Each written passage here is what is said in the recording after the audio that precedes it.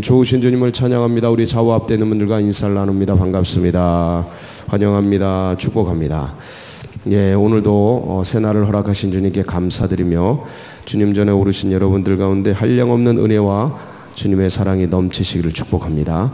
우리 그런 기대를 가지고 사무엘하 6장 말씀 함께 나누도록 하겠습니다. 6장하고 7장은 사무엘하에서 다윗의 일생의 어떤 하이라이트 같은 그런 부분이라고 보시면 되겠습니다.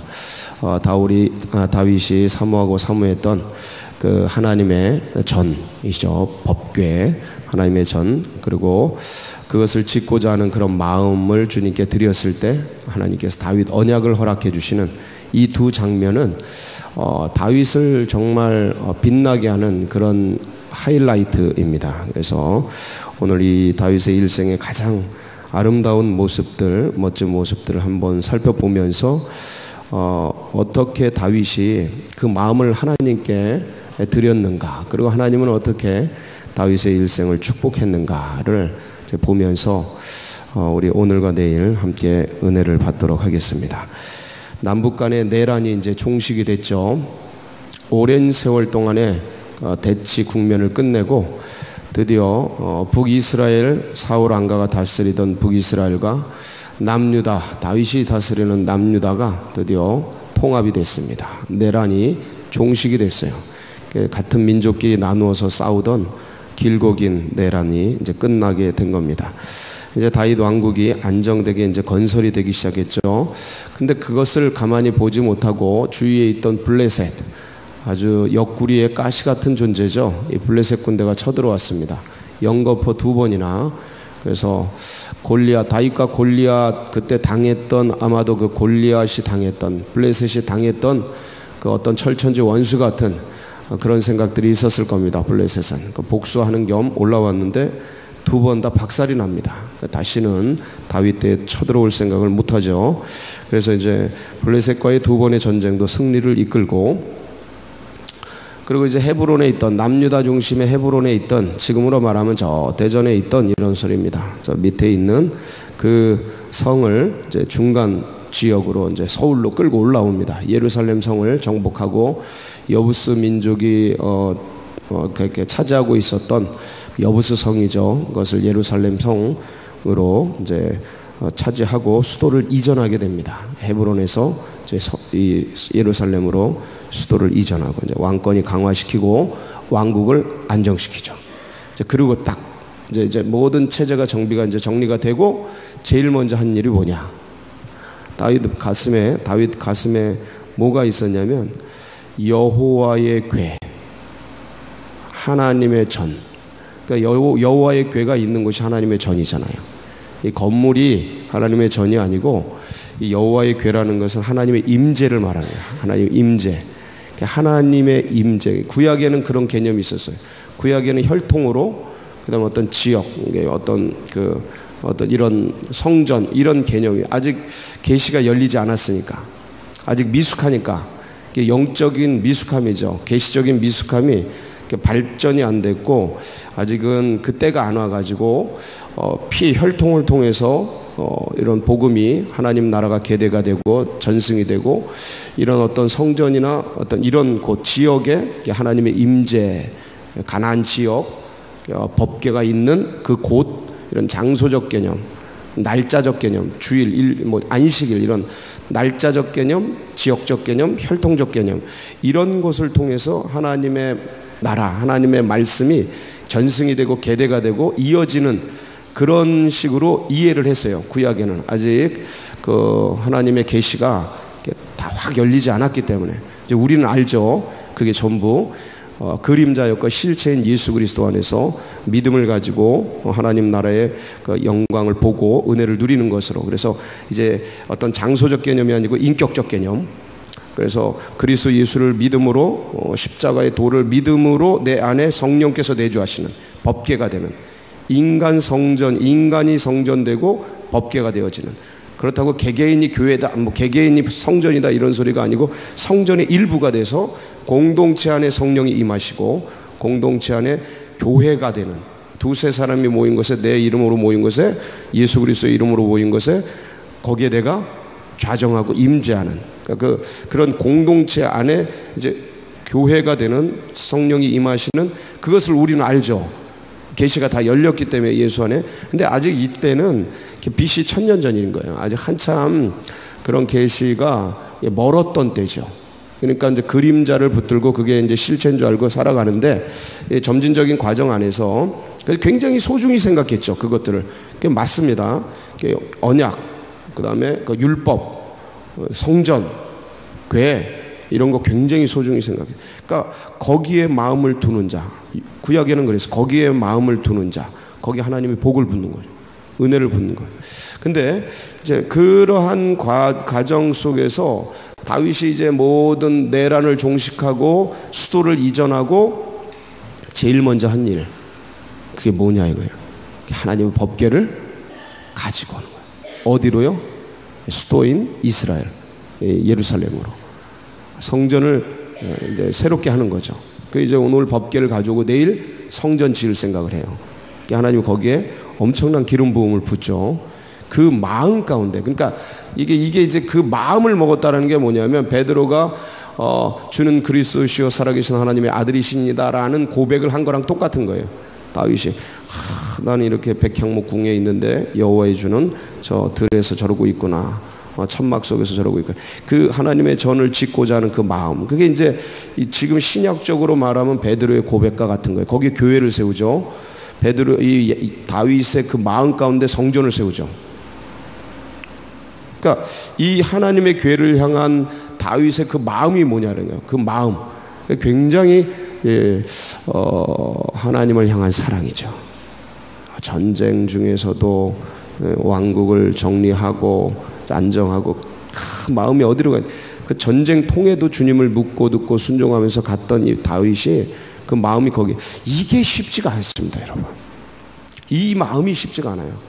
전쟁 끝나고 급한 거 끝나면 사람들이 다 이제 놀고 싶고 뭐 쉬고 싶고, 그다음에 이제 그동안 못했던 거 하고 싶고, 뭐 여행도 가고 싶고, 수련회나 이런 목회자들도 큰일 끝내고 설교 다 끝내고 그러면 사람이 지치고 마음이 딴 데로 가죠. 좀 뭔가 이렇게 이 사고가, 의식이 그 뭔가 이렇게 다른 데를 가고 싶은 거예요. 다른 데. 그거 가는 게 문제가 아닌데 다윗은 그렇지 않았다는 거예요.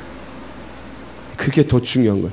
그러니까 사람이 지치면 좀 쉬고 싶고, 하루에 주일날 이 사역을 다 끝내면 몸이, 마음이 오후 예배까지 뭐 청년 설교까지 끝내면 이게 이제 굉장히 이제 많이 약해져요.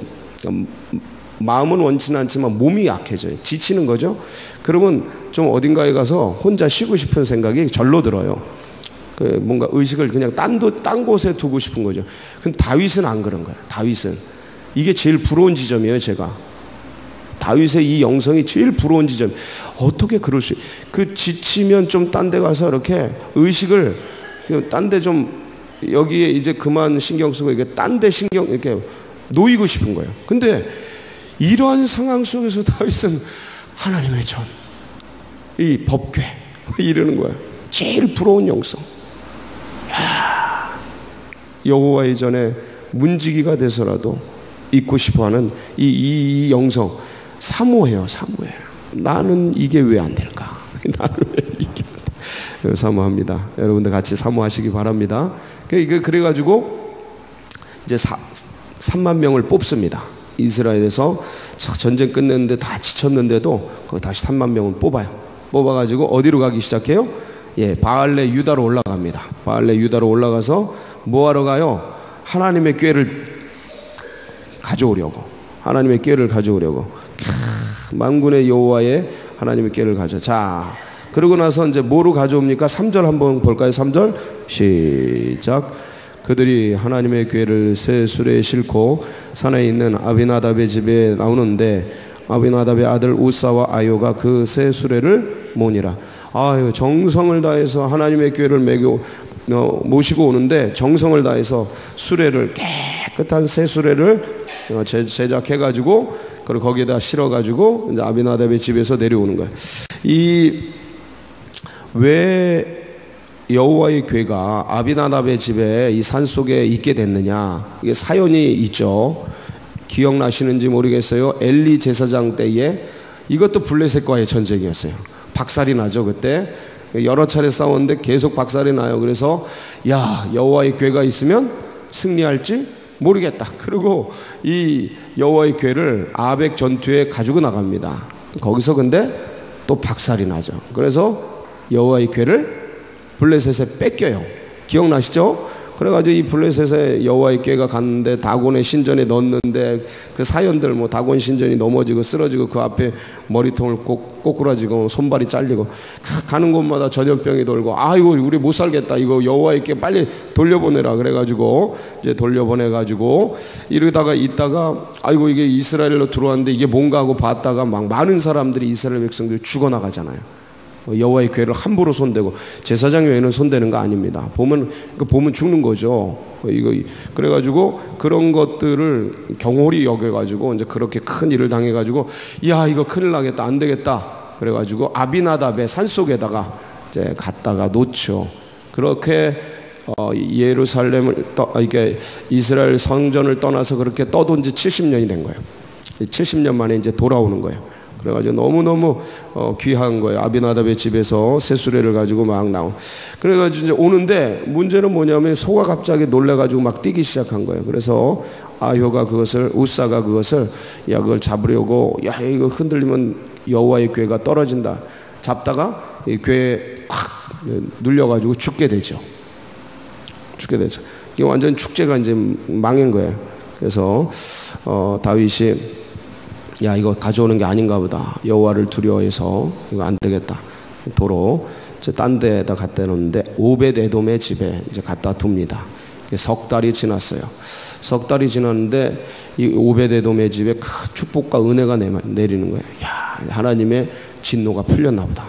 그리고 이제 가지고 와서 가지고 오는데 어떻게 가져와요?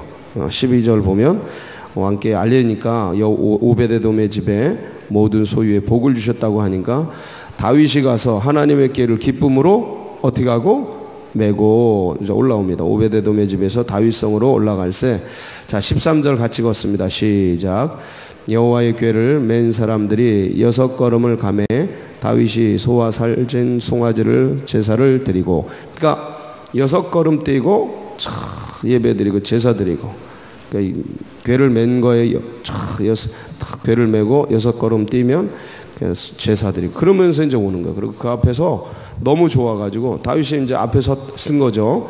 너무 좋아가지고 춤을 추고 막 에봇을 입었는데 배 에봇을 입었는데 이게 그냥 막 들려져서 그냥 막 다 살이 보이고 막 그럴 정도로 거의 그냥 미친 듯이 춤을 춘 거예요. 막 기뻐가지고. 그래가지고 근데 이때 이제 마침 또 미갈이 보게 되죠. 그래서 그거 보면서 야 이게 미갈이 그걸 보면서 다윗이 그 앞에서 뛰놀며 막 어떤 광대처럼 그러는 걸 보면서 업신여긴 거야. 야 왕이 왜 저러냐 채통 없이 그러는 거죠. 그러면서 이제 쭉 와서 대화가 진행되는데 이 지점에서 우리는 한번 이제 짚어볼 게 있어요. 아무리 그 어떤 왜 여기에 우사가 이제 죽게 되고 그리고 왜 이 여호와의 궤가 예루살렘 성으로 오게 되는데 그게 이제 멈추게 되는지 이 부분이에요. 참 좋은 의도와 동기를 가지고 무슨 일을 하는데 왜 이런 사건이 생기는가 이러면 왜 이럴까? 그것은 제가 어떤 내용도 좋지만 절차도 중요하다라는 거죠. 이 12사도가 성령이 임할 때에 11사도에서 한 사람 가룟 유다를 대신해서 마띠아를 뽑는데 이 절차 12사도가 완성이 됐을 때 성령이 임하거든요.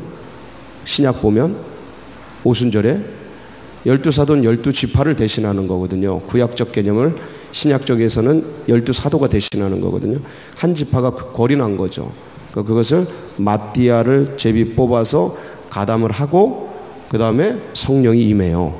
이 절차적인 완성이 내용적인 완성과 더불어 중요합니다. 그러니까 막 무시하면 안 돼요.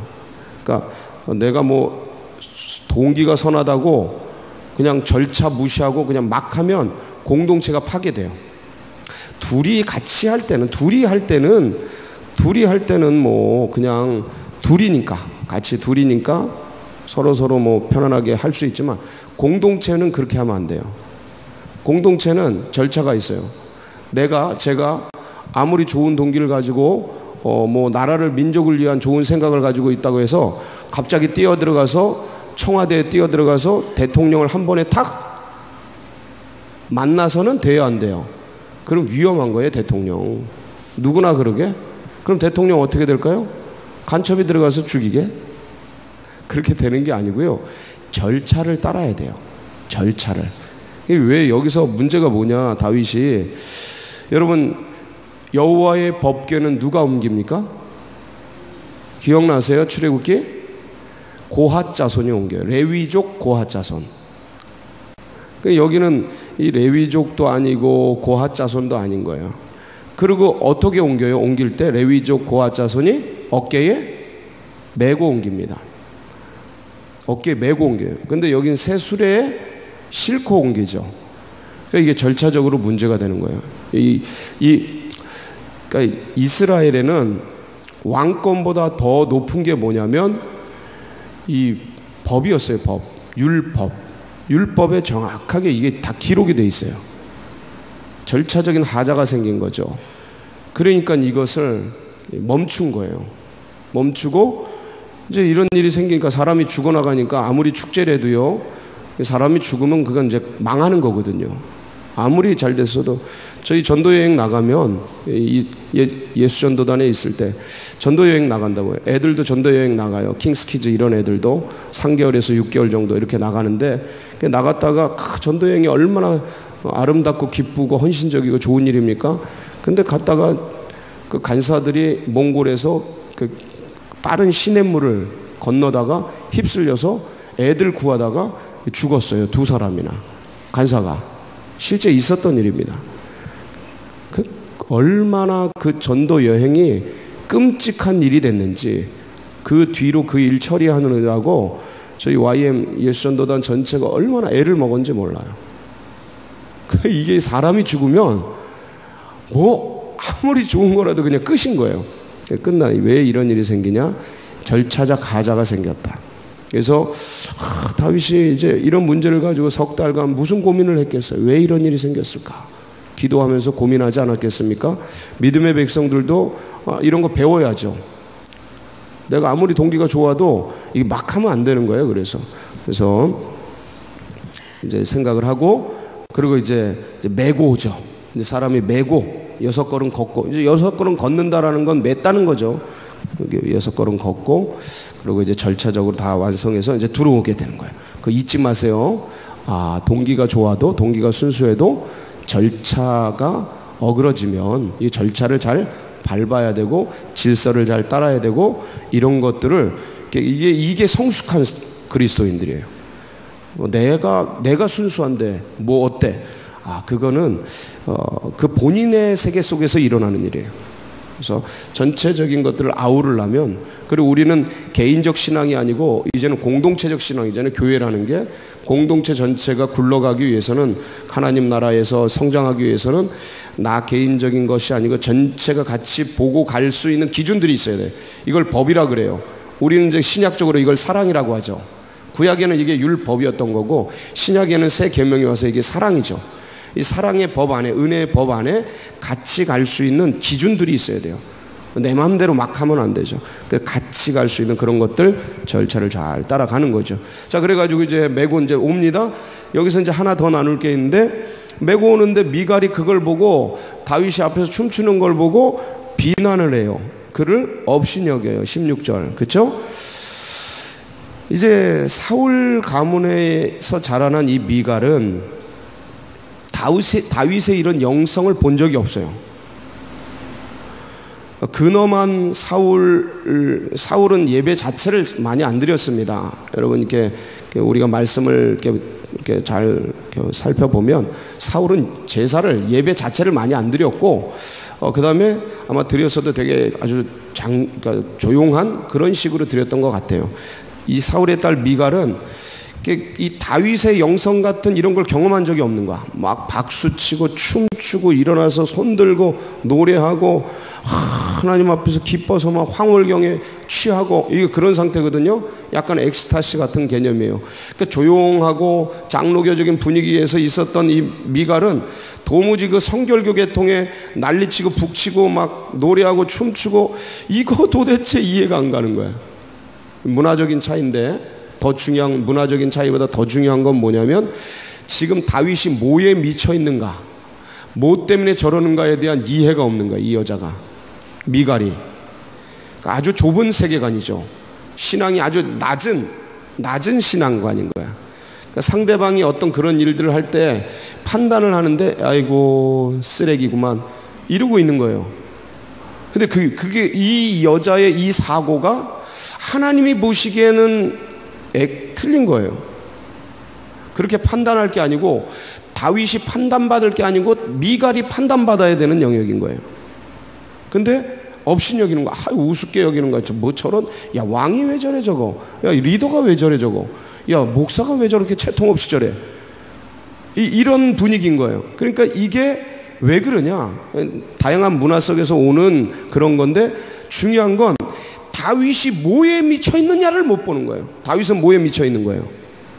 하나님께 미쳐 있는 거예요. 하나님께.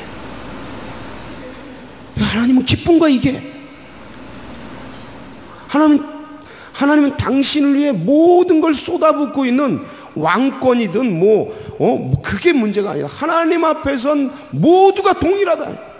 무슨 채통이야, 나이가 무슨 소용이야, 무슨 직급이 무슨 소용이야. 하나님 앞에서 주님을 기쁘시게 하려는 일에 그런 게 무슨 문화의 차이, 인종의 차이, 남녀노소 그런 거 없는 게 기독교 아니에요? 그런 거 없잖아요. 이방인과 유대인의 차별이 없는 게 기독교인이잖아요. 그렇죠? 그렇게 어떤 인종이나 남녀 로마 시대 때 남녀 차이가 얼마나 셌습니까? 그런 거 차이가 없는 게 기독교잖아요. 그런 거 차이인데 이 의식, 그런 것들, 아유 왕이 채통 없이 체면도 없이 왜 저러고 있어 라는 그 하나님이 아닌 세상의 그 관점과 그 가치관 속에 매여 있는 그 하나님을 기쁘시게 하려는 다윗의 모습을 보지 못하는 이 여인. 그러니까 자식이 복을 못 받는 거예요. 자식이 없잖아요. 그런 의식 세계 속에서 이거는 다윗을 판단한 게 아니고 누굴 판단한 거예요? 하나님을 판단하게 되는 거예요. 이게. 그러니까 이럴 때는 잘 이해가 안 될 때는 저분이 왜 저러시지? 왜 그러실까? 여보, 당신 왜 그랬어요? 자기야, 생각해봐. 난 목동이잖아. 근데 하나님이 나를 왕 삼아 주셨잖아. 근데 이분이 지금 성 안으로 들어오시는 거야. 이게 한마디로 말하면 나는 거지같이 살았는데 나를 부욕해 주셨어. 그분이 주님 예수 그리스도셔. 근데 그분이 지금 우리 교회로, 우리 집안으로 오고 계셔. 우리 성으로 오고 계셔. 어떻게 가만히 있어 자기야. 같이 춤추자. 뛰어나가서 같이 춤춰야지. 할렐루야. 이래야 되는데 그냥 다 판단을 해버린 거야. 다 판단. 다 판단을 해버리니 그 마음에 무슨 은혜가 들어가요? 하나님의 어떤 은혜가 들어가요? 다 차버리는 거지. 여러분, 다윗의 이 영성이 여러분 가운데 있기를 바랍니다. 체면, 채통, 문화, 내 기존의 어떤 저는 소심한 사람이에요. 어떻게 박수를 쳐요? 저는 이렇게 근엄하게 그런 문화 속에서 자랐어요. 어떻게 일어나서 손을 들어요? 예배 시간에 그러는 거예요. 원래 우리 성결교 문화가 북치고 장구치고 춤추고 노래하면서 길거리에서 뛰던 민족이에요. 우리 성결교가. 근데 어느 순간에 장로교가 다 돼버렸어. 어떻게 그렇게 하던 것이다. 잊지 말아라. 다윗을 판단하지 말아라. 그게 판단받는다. 그래서 이런 문화가 우리 속에 딴 거 아니에요. 주님을 향한 사랑, 주님을 향한 그분이 내게 부어주신 그 은혜. 여러분, 누가 구원해 주셨어요? 누가 우리를 여기에 있게 했어요? 누가 이 새벽에 잠자지 않고 놀지 않고 이 성전에 나와 예배할 수 있는 그런 마음 주셨어요? 이거 그거 잊지 말자. 그분이 우리를 그렇게 하셨다. 그분을 향해 뭘 못 드리랴. 옷이 잠깐 벗겨지는 게 문제야? 빨개벗고라도 주님을 찬양하고 기쁘시게 할 수 있다면 그걸 못할까? 내 생명도 드릴진데 옷이 문제야? 문화가 문제야? 채통이 문제야? 여러분, 오늘도 그렇게 주님을 기쁘시게 하는 복된 날 되시길 축복합니다. 같이 기도하시겠습니다. 여러분, 이런 문화가, 이런 은혜가 우리 다음 세대들에게도 흘러가고, 그리고 대한민국 전체가 다 이렇게 됐으면 좋겠어요. 하나님을 찬양하고 기뻐하고 그것을 즐거워하는, 그리고 우리 서울제일교회가 그런 가운데 마중물이 되는 교회, 그리고 여러분 각자 하나님을 더 힘써 사랑하고 기뻐하고 즐거워하는 그런 은혜 주시옵소서. 우리 주여 한번 부르고 다 같이 기도하며 나갑니다. 부르짖습니다. 주여